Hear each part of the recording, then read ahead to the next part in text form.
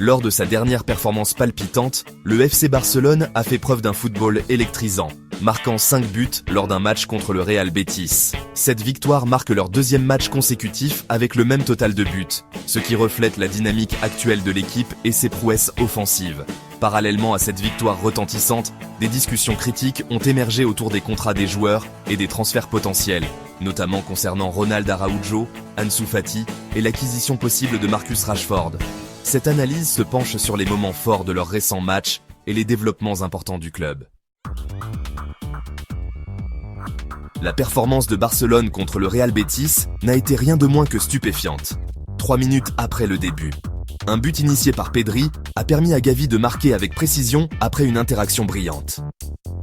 27 minutes, le score a doublé grâce à une reprise de volée de Jules Koundé qui a démontré la flexibilité et la créativité offensive du Barça.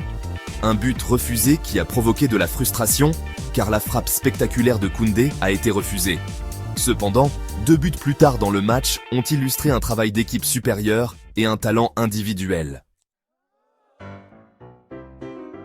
Pedri, au cœur de la stratégie du Barça, orchestrant constamment des jeux offensifs et fournissant des passes décisives.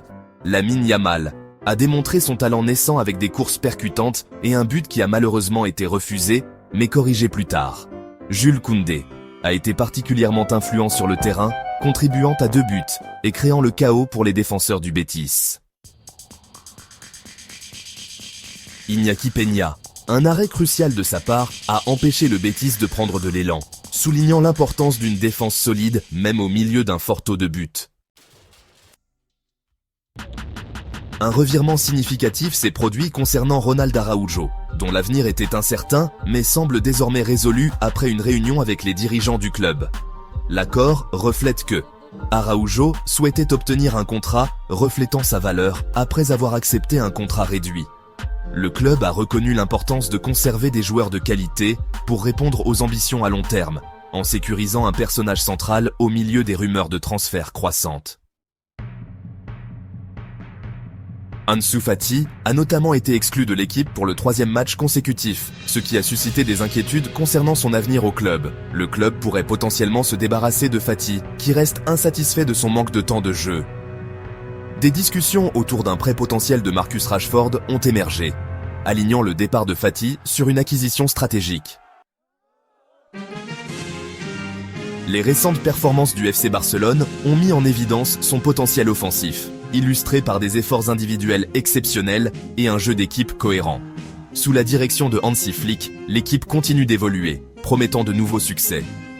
Cependant, des développements cruciaux en dehors du terrain, notamment en ce qui concerne les contrats des joueurs et les transferts potentiels, laissent au présager une phase de transformation pour le club. Équilibrer la rétention de joueurs clés comme Araujo avec la gestion de la situation de Fati sera essentiel pour le succès national et européen.